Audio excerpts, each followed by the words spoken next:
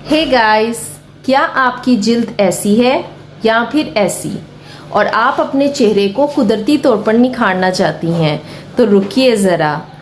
आपको ना ही किसी किस्म की ब्लीच यूज़ करने की ज़रूरत है, ना किसी केमिकल की, और ना ही ब्यूटी पार्लर में जाकर बहुत सारे पैसे खर्च करके एक महंगा फेशियल लेने की।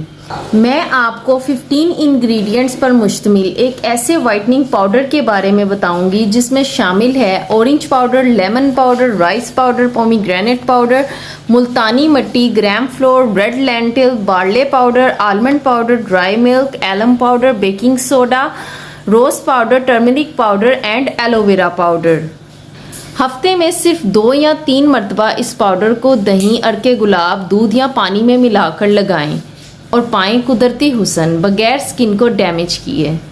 ऑर्डर करने के लिए अभी व्हाट्सएप नंबर पर राब्ता करें।